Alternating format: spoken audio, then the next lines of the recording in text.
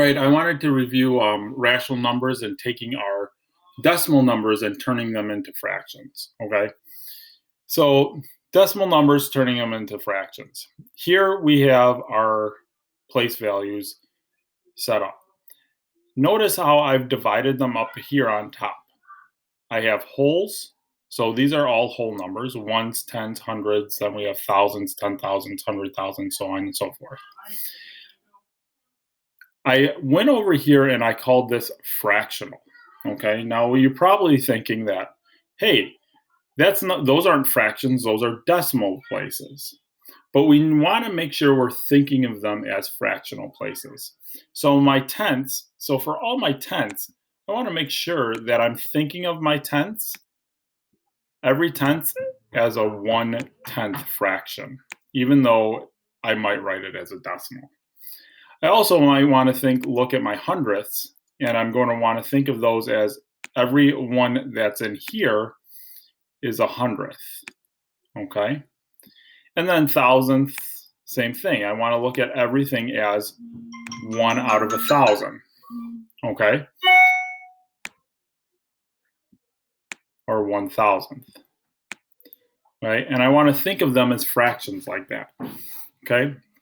So let me go ahead and do an example for us here. Okay, let's say I have the fraction or the decimal 0. I'm going to go a little bit bigger. 0 and 0. I'm going to write it out as 0.56. Okay.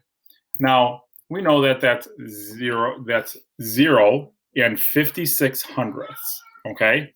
I say the number I have here, which is 56, and then I pronounce the last place value that I use. So I look here, after the decimal, I have the number 56. The last place value I'm using is hundredths. So if I wanted to write 56 hundredths as a fraction, okay, it really is that easy, okay? For every hundredth is 1/100th. And in this case, I have 56 of them. So I'm going to write it out as 56 hundredths. All right. And you can go ahead and simplify that. You can go ahead and simplify that. If you want to do simplifying, you can go ahead and look at the other video of simplifying. Okay. But I want you to just understand this concept that there we go. This is a rational number because I can write it as a fraction. All right. Here we go with another one.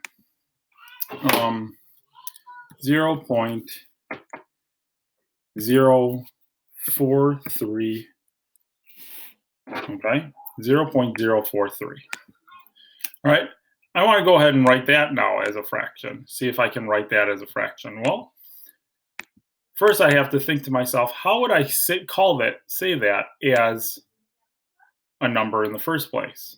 Well, I look at what number I have written to the right of the decimal, and I have 43 written to the right of the decimal. The last place value I used was my thousandths place value, tenths, hundredth, thousandth. So I have 43 thousandths. If I want to write that as a fraction,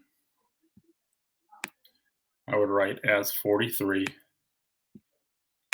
thousandths. Okay, and I actually don't think we can simplify that. Okay, 43 thousandths. There we go. That's having it written out as a fraction. Okay. Really, it gets to be that simple. We can go one extra step further. Okay, and now I'm going to go 3.87. Okay. I'm going to go 3.87. All right. Actually, I'm going to make a different example. 3.8. Okay. I ask myself, okay, how do I say that? Okay. Well, I say that by saying 3 and 8 tenths, right? So I'm going to write it out exactly like that as a fraction. I would write it out as 3 and 8 tenths. Okay? And if I wanted to write it out, I want to show you guys this too. If I wanted to write it out not as a mixed number, but as an improper fraction, I just look at the number as a whole, 38, and the last place value I use is tenths. So I could also write it as 38 tenths. Either way, either of those ways work. Okay? Just a little bit extra concept for you guys to think about from today's lesson.